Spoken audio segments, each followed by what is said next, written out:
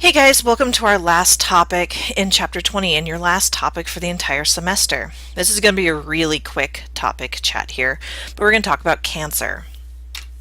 So here's our topic outline. We're going to talk about what is cancer, talk about how we identify preventable cancers, talk about the development of it really quickly, and the future of cancer treatments. As always, here's your topic objectives. Please let me know if you have any questions about these before our next exam. So let's start out with what is cancer. So as we've talked about, and we've mentioned this throughout the semester, that cancer is the uncontrolled growth of cells that then invade and colonize other sites. Those are the two key characteristics to every type of cancer. If a tumor replicates uncontrollably but doesn't spread, that's known as a benign tumor. The ones that metastasize or spread are known as metastatic, and those are the quote-unquote bad cancers because they spread and they can cause all sorts of problems. Cancer is the result of genetic instability and environmental factors. And we're not entirely sure of the amount of environmental factors that play a role, but we do know that there is that they are a contributing factor.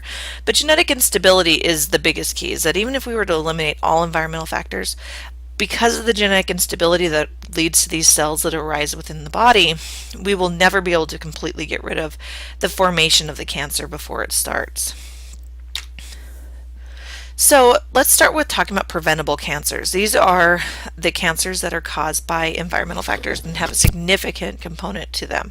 For example, smoking. Smoking is a big one, or tobacco use rather. Tobacco use accounts for a significant portion of all cancer deaths yearly.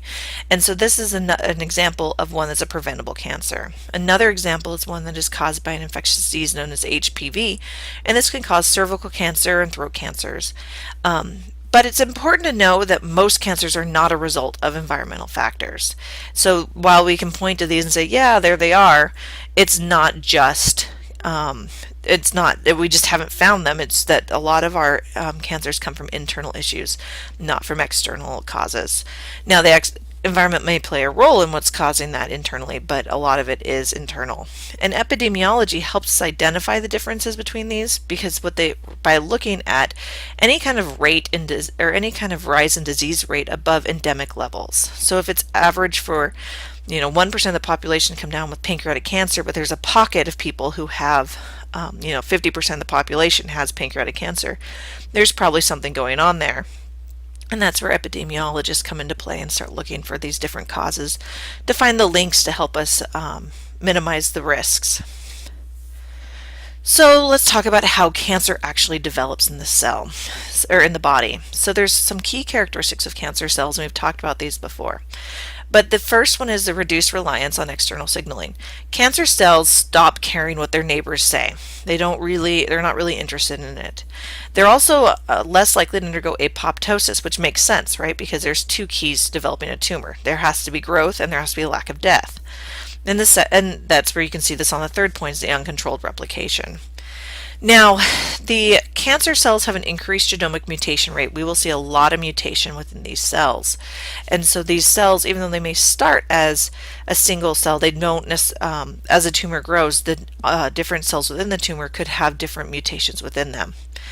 Another big key is that they are invasive. They will spread from their original sites to somewhere else. And this is through that basal lamina connection being broken that we talked about earlier in this chapter. And one of the things about it is that even if cells could invade normally, they don't usually survive in that new environment. But cancer cells can. And so that's another key characteristic. And so generally speaking, they have to have multiple mutations before they become cancer cells. So we start with this one cell.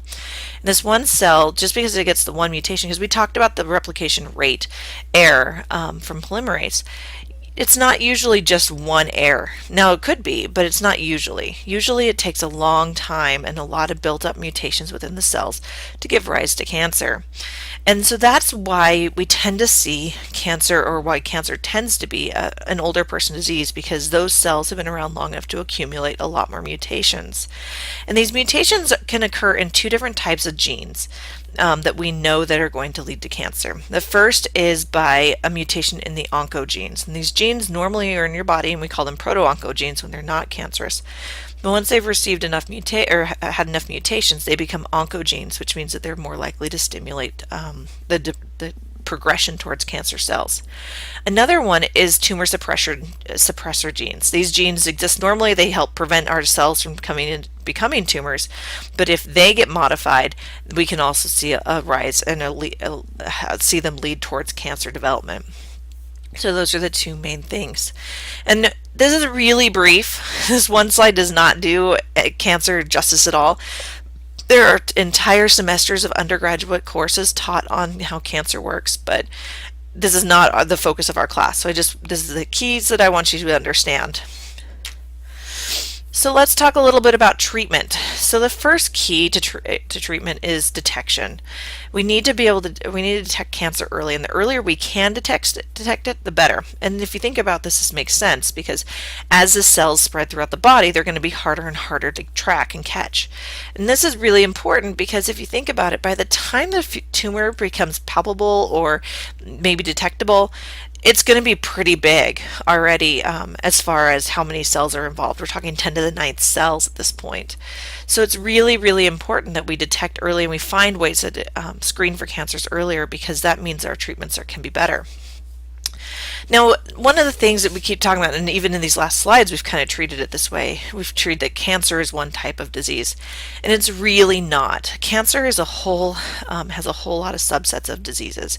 Even within organ sites, there's a whole lot of variety of subsets within that. So each cancer type may need its own cancer treatment, and one drug that works for one cancer type may not work for another.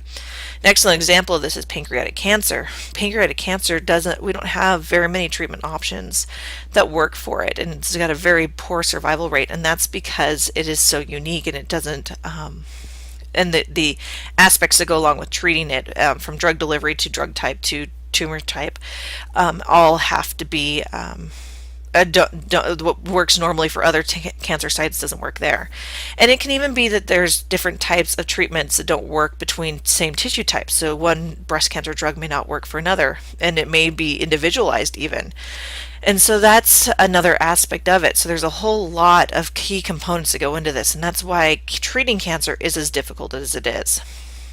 So the three main treatment options we have are surgery, radiation, and chemotherapy, and these are what we use, but we're still trying to design better ways, more targeted methods to treat cancer and to remove it.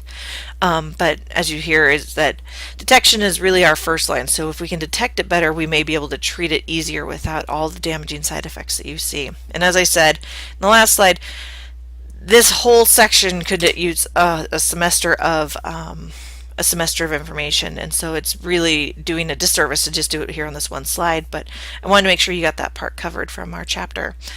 So this is the end of this topic. Please let me know if you have any questions, and I will see you in class.